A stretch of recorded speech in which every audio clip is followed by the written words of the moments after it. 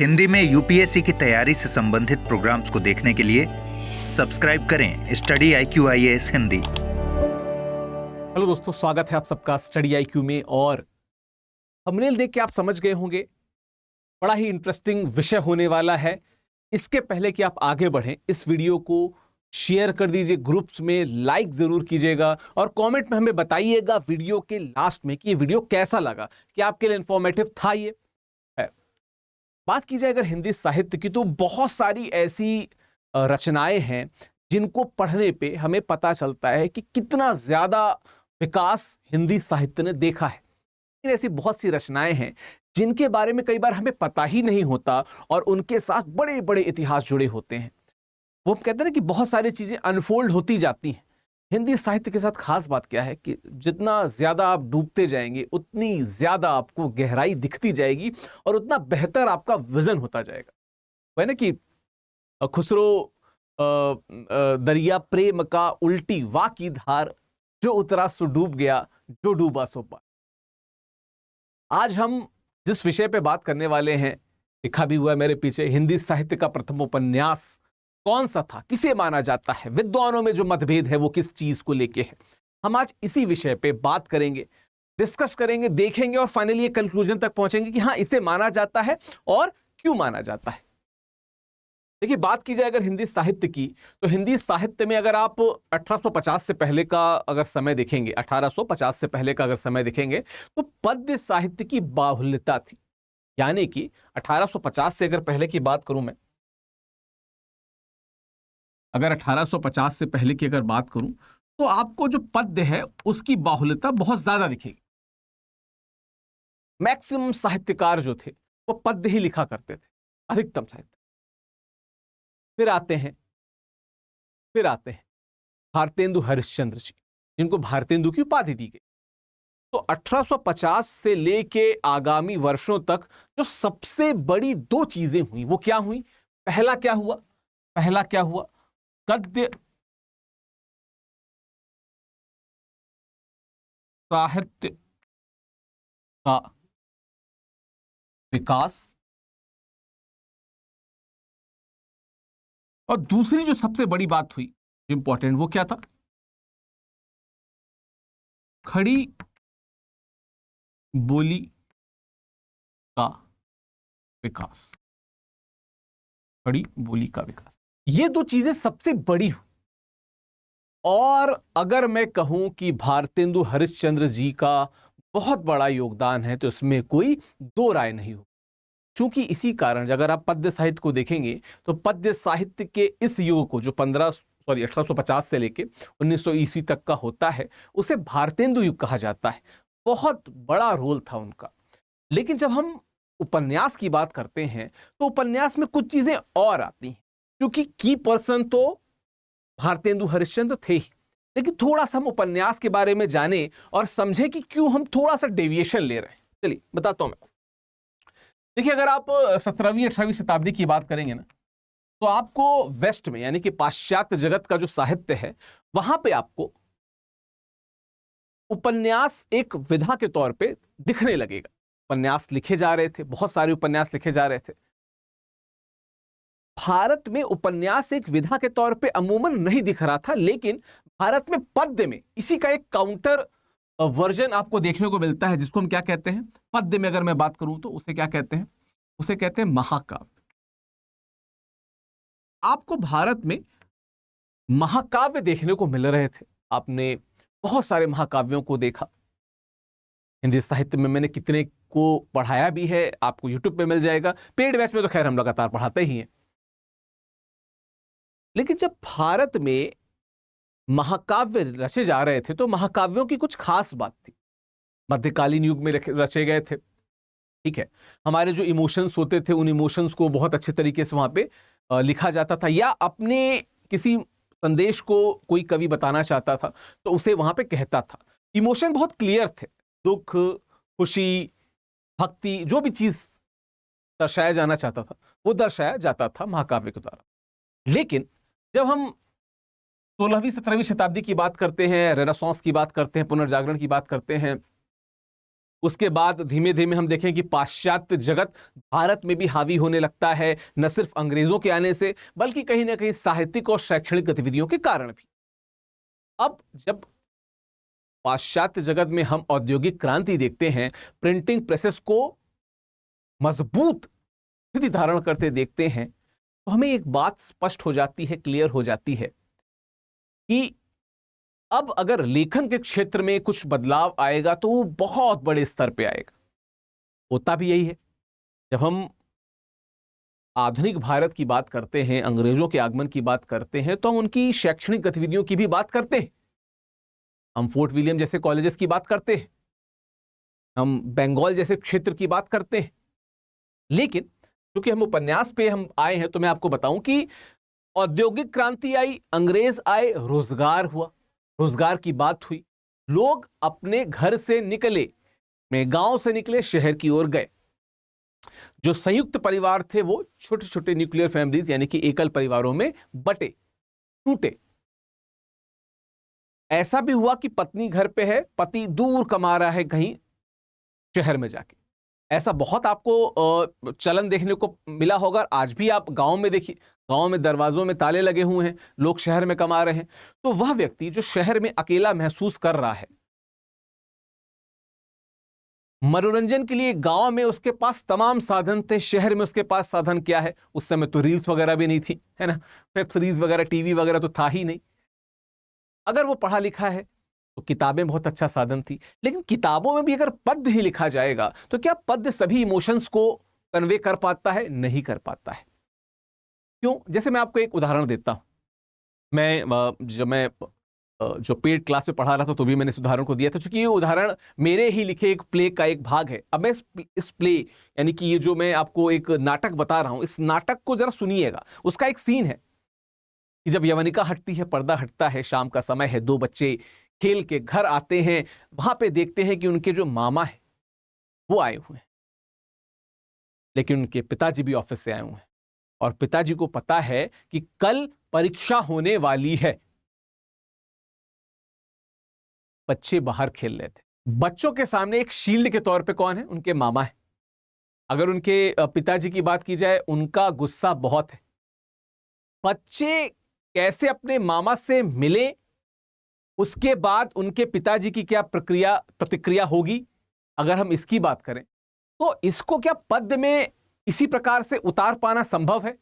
उत्तर है नहीं, नहीं पॉसिबल।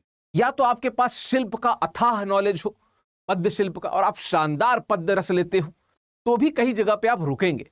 या तो आपका पद्य गद्यात्मक हो जाएगा या तो आप गद्य में लिखेंगे।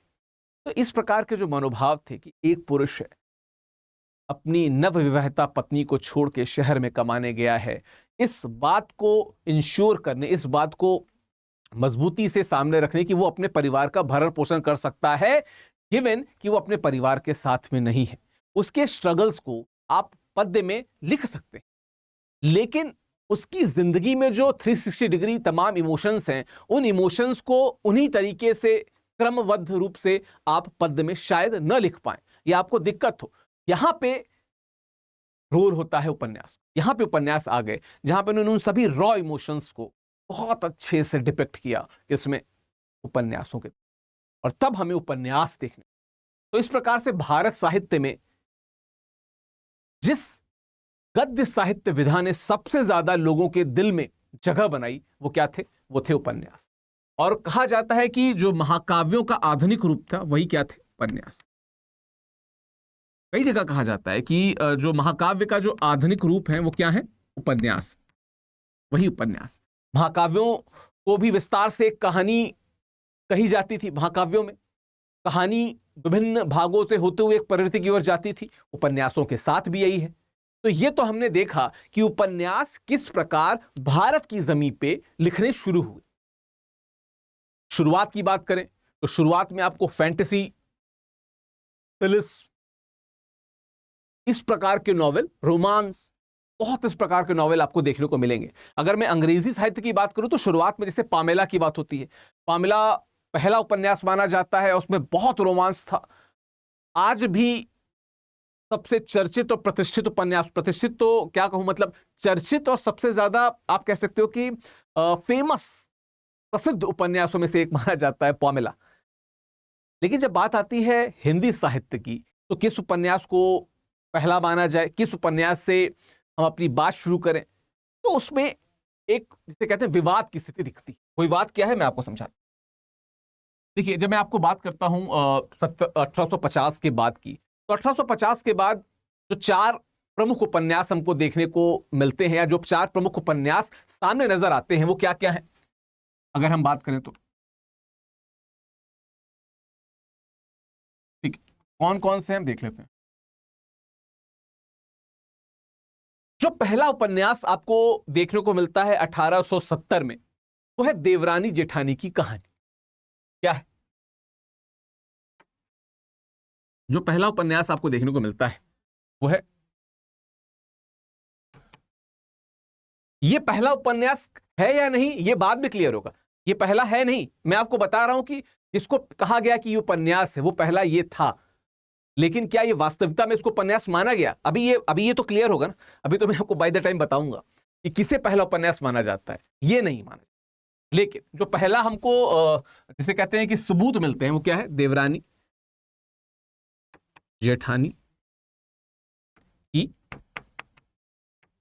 कहानी।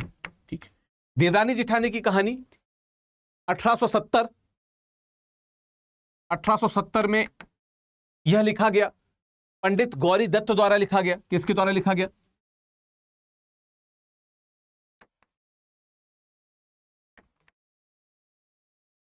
पंडित गौरी दत्त द्वारा लिखा गया। तो पहले जो ट्रेसेस मिलते हैं वो देवरानी जेठानी की कहानी के मिलते हैं। ठीक, बात की जाए इसके बाद की, तो जो दूसरा हमको उपन्यास देखने को मिलता है, जो दूसरा हमको देखने को मिलता है, वो है वामा शिक्षक।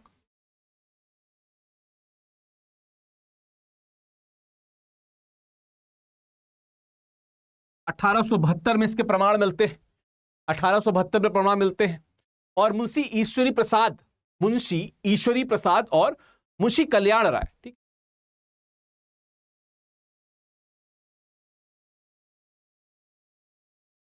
मुंशी ईश्वरी प्रसाद व मुंशी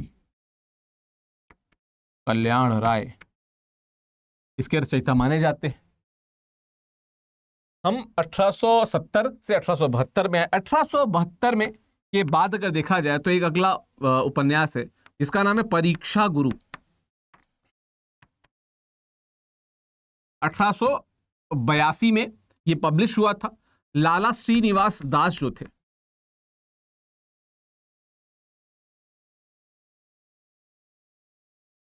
लाला श्रीनिवास दास जो थे वो इसके लेखक थे। और इसके बाद अगर मैं बात करूं, जो इसके बाद जिसके ट्रेस मिलते हैं वो क्या है? भाग्यवती।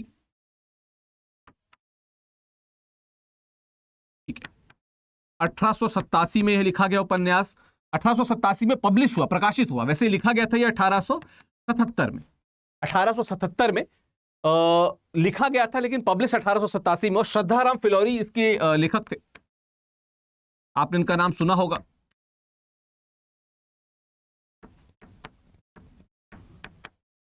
श्रद्धाराम फिलौरी इसके लेखक थे। तो हमें 4 उपन्यास, एक देवरानी जेठानी की कहानी, एक वामा शिक्षक, एक परीक्षा गुरु, एक भाग्यवती, ये 4 शुरुआत में देखने को मिलते हैं जब हिंदी साहित्य गद्य की ओर विमुख होता है, खड़ी बोली की ओर विमुख होता है। इन सब के ट्रेसेस इन उपन्यासों में देखने को मिलते हैं। लेकिन फिर प्रश्न उठता है कि पहला उपन्यास क्या है, और उपन्यास पहला किस आधार पर निर्धारित किया जाए। इसके पहले एक बात और, एक टर्म है जिसको हम कहते हैं यथार्थवाद।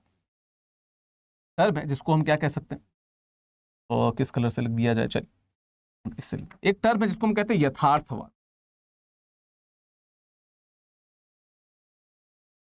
क्या है यथार्थवाद? यथार्थवाद क्या कहता है? यथार्थवाद कहता है कि जो चीज जैसी है उस चीज को वैसा ही लिख देना या बता देना, आदर्श की बात ना करना। उदाहरण के द्वारा समझा देता हूं। जो पिछला वीडियो मैंने गोदान का किया था, उसमें भी मैंने समझाया था कि हामिद, ईदगाह कहानी की बात बता रहा हूं, हामिद जब मेले में जाता है तो वो अपनी दादी के लिए चिमटा खरीदता है। यह है आदर्शवाद।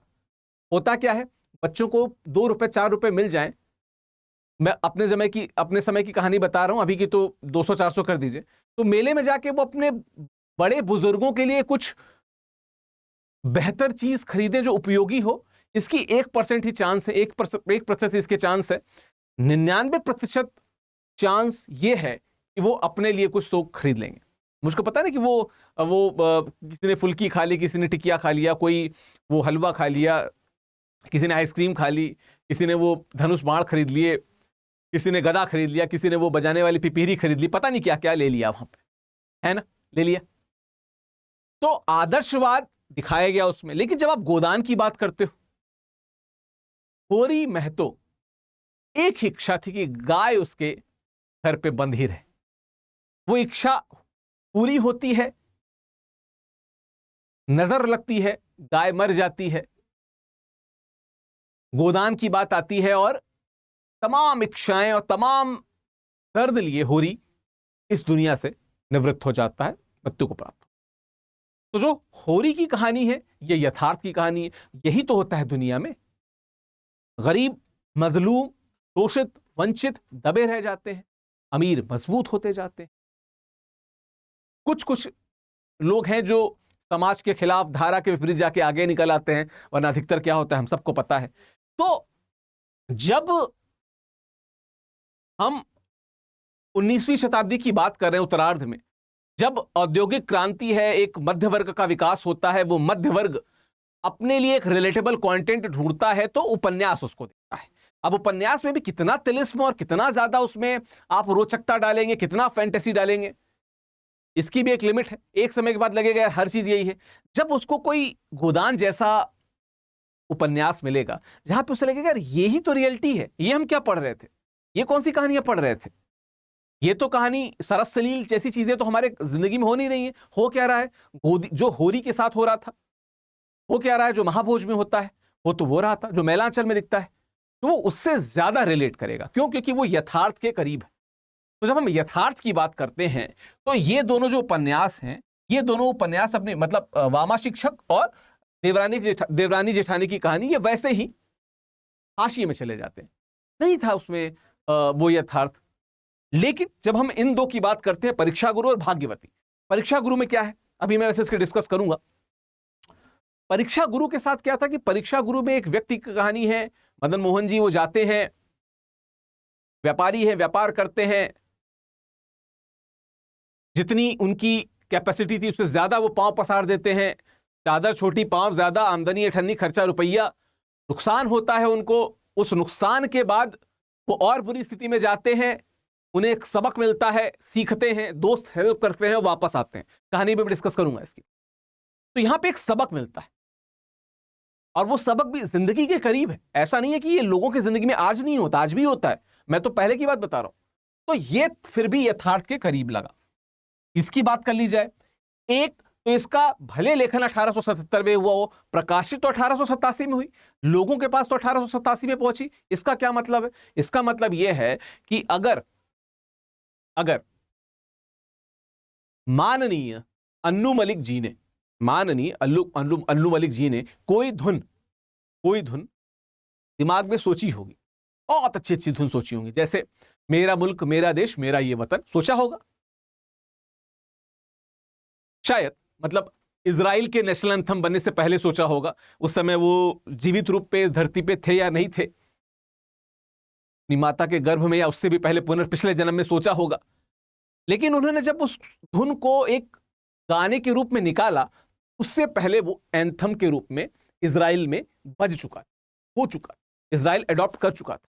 इसका मतलब क्या होगा कि अन्नू मलिक को माना जाएगा कि उनके श्रीमुख से ये जो गाना निकला या उनके द्वारा ये जो गाना पब्लिश किया गया, ये बाद में आया या कॉपीड था। तो यहां तो कॉपी तो नहीं बोलेंगे, लेकिन प्रकाशित चूंकि 1887 में हुआ, इसका मतलब क्या कि 1887 से पहले 1882 में आपको एक उपन्यास दिख रहा है। ये विचार पहले आए, लिखा गया, वो बात की बात है। लोगों तक कब पहुंचा? 1887 में पहुंचा। तो पहले ये माना जाएगा, बाद में ये माना जाएगा। यह यथार्थवाद के करीब भी है। अच्छा, भाग्यवती क्या है? जो गृहस्थ महिलाएं होती हैं उनका क्या धर्म होना चाहिए उसको यहां पे बताया गया है। महिला को क्या करना चाहिए, क्या नहीं करना चाहिए, ये सारी चीजें भाग्यवती में बताई गई। अब जब ऐसी चीजें जो आदर्शवाद की तरफ जा रही हैं कि ये करोगे तो मुक्ति मिलेगी, मोक्ष मिलेगा, पति को भी मिलेगा, तुम्हें भी मिलेगा, तुम अर्धांगिनी हो, वो तुम्हारे पति परमेश्वर हैं, ऐसी चीजें जब बताई जाएंगी तो ये आदर्शवाद ही होगा ना। यथार्थ कहाँ है? यथार्थ तो ये है कि पुरुष भी उतना ही रिस्पॉन्सिबल है जितना महिला है, पुरुष को भी वो व्रत करने चाहिए। महिला अगर कर रही है तो दोनों एक गाड़ी के दो पहिए हैं, अगर वो दोपहिया गाड़ी है तो, है ना। तो यह यथार्थ के करीब नहीं था, यह परीक्षा गुरु यथार्थ के करीब था। तो परीक्षा गुरु को तमाम तर्कों से सहमत होते हुए विभिन्न विद्वानों द्वारा पहला उपन्यास माना जाता है।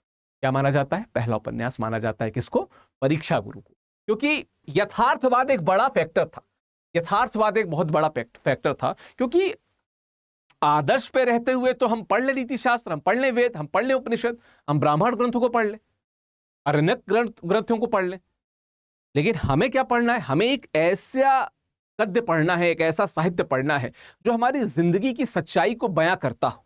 हमें सलमान खान और शाहरुख खान और गोविंदा की वो हीरोइक्स वाली मूवी नहीं देखनी है, हमें वो समानांतर सिनेमा देखना है जो हमारे जिंदगी को एक आईना बन के हमें वापस से दिखा दे, जो हमारे जिंदगी का, हमारे समाज का वास्तविक आईना हो।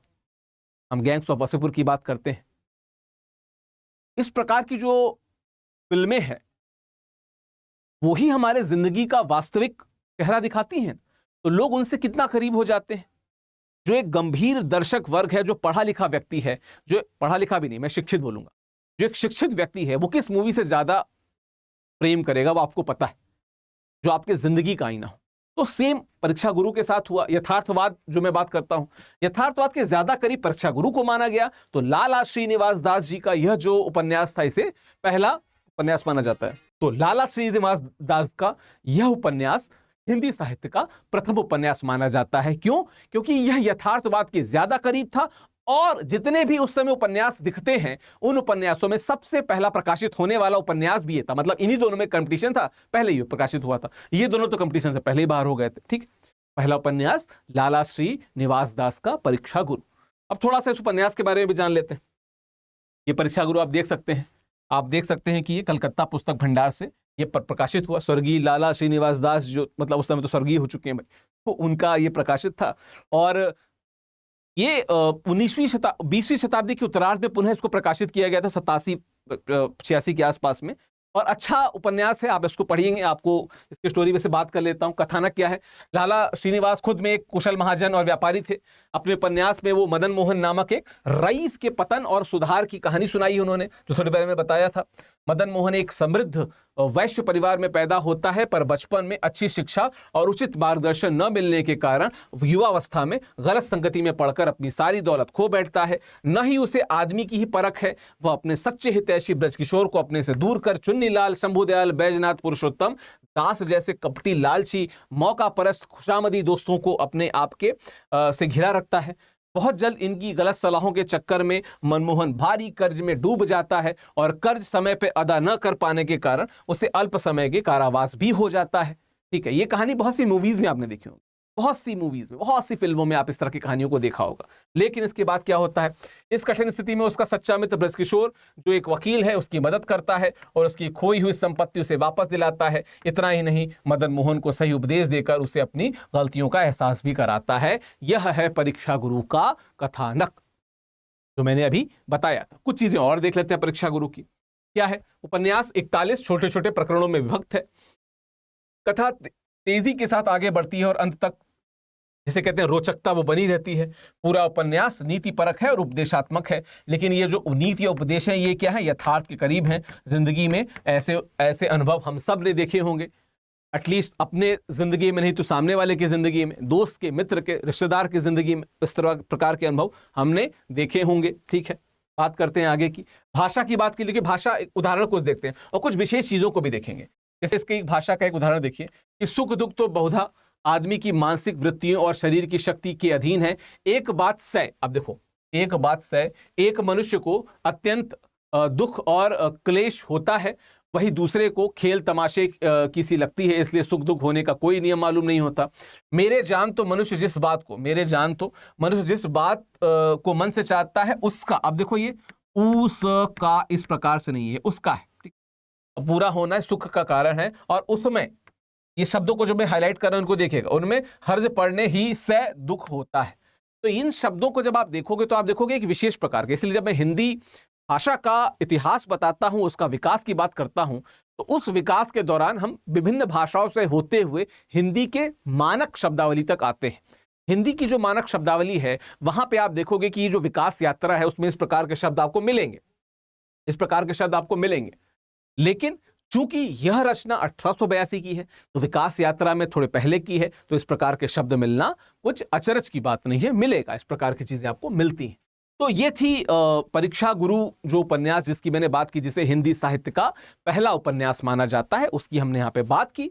ठीक, हिंदी साहित्य वैकल्पिक विषय जिसका भी मैं बता रहा था, जिसके बैचेस में अभी ये उपन्यास का ही चैप्टर चल रहा है। अगर आप ऐसे जुड़ना चाहते हैं, 2026 के लिए टारगेटेड ये है, तो हमारे प्रतिज्ञा बैच से जुड़ सकते हैं। ठीक है, 10 फरवरी को इस बैच में एडमिशन खत्म हो रहे हैं। 14,999 रुपए इसमें एडमिशन में आप एडमिशन ले सकते हैं। हालांकि इसमें एक और अपॉर्चुनिटी है जहां पे एक मेंटोरिंग सेशन है, जहां पे आपको एक्स्ट्रा कुछ फी के साथ विशेष डेडिकेटेड मेंटोर मिलेंगे। उसमें बहुत सारे एक्स्ट्रा फीचर्स हैं, ज्ञान भंडार है, उसमें एक्स्ट्रा टेस्ट है, रेगुलर लेवल पे उसमें टेस्ट होंगे। आपको उसके फीचर्स को देखने के लिए अभी study.iq.com मैं भी आपको दिखा भी दूंगा उसको। ठीक है, अच्छा, विकास लाइव कोड मेरा, जो विकास लाइव है ये मेरा कोड है। ठीक है, विकास लाइव ये मेरा कोड है, इसका प्रयोग करेंगे तो आपको मैक्सिमम डिस्काउंट मिल जाएगा। ठीक है, ये मेरा टेलीग्राम चैनल है, स्कैन करके से जुड़ सकते हैं, टेलीग्राम पे @officialvikas करके से जुड़ सकते हैं। मैं आपको अपनी ईमेल आईडी भी दे देता हूँ। ठीक है, ईमेल आईडी क्या है? ईमेल आईडी है vikas.singh@study.iq.com। यहां पे आप मेल करके मुझसे अगर हिंदी साहित्य की जानकारी लेना चाहते हैं या किसी भी विषय की, जैसे मैं पॉलिटिक्स भी पढ़ाता हूं, तो आप उसकी जानकारी भी यहां मेल करके मुझसे ले सकते हैं। ये है आपकी ईमेल आईडी, यहां पे आप मुझसे मिल सकते हैं। अच्छा, मैं आपको बताता चलूं कि आप कैसे StudyIQ से जुड़ेंगे। आप यहां पे आए, आपने सर्च किया, क्या यहाँ पे दिख भी रहा होगा StudyIQ पे आपने क्लिक किया, StudyIQ सर्च करेंगे, सबसे पहले ही आपको ये पेज दिख जाएगा। यहाँ पे देखिए ऑप्शनल लाइव दिखा है, यहाँ एक्सप्लोर कोर्सेज में आप जाएंगे। एक्सप्लोर कोर्सेज में आप जाएंगे तो देखेंगे कि यहाँ पे आपको नीचे हिंदी साहित्य दिख जाएगा। ठीक है, यहाँ पे आपको नीचे हिंदी साहित्य दिख जाएगा। देखिए 2 प्रोग्राम हैं, इन दोनों प्रोग्राम में आप एडमिशन ले सकते हैं। दोनों प्रोग्राम के अलग अलग फीचर्स भी हैं। फीचर्स को आप कैसे, आप जब क्लिक करेंगे आप इस पे, तो देखिए यहाँ पे व्यू PDF पे जाके इसकी फीचर्स को देख सकते हैं। अभी यहाँ पे अगर आप मेरा कोड लगाएंगे विकास लाइव, तो आपको मैक्सिमम डिस्काउंट मिल जाएगा। सेम इस कोर्स के साथ में भी है। इन दोनों कोर्सेज में क्या अलग चीजें, आप इसको क्लिक करके देख सकते हैं। ठीक है, सेम इस चीज को भी यहाँ पे भी आप देख सकते हैं।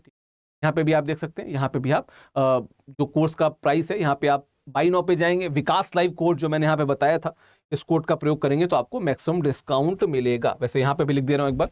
ठीक है, VIKAS जो मेरा नाम है, LIV, इसमें H कहीं पे भी नहीं है। तो विकास लाइव ये मेरा कोड है, इसका कोड का प्रयोग करके आपको अधिकतम डिस्काउंट मिलेगा।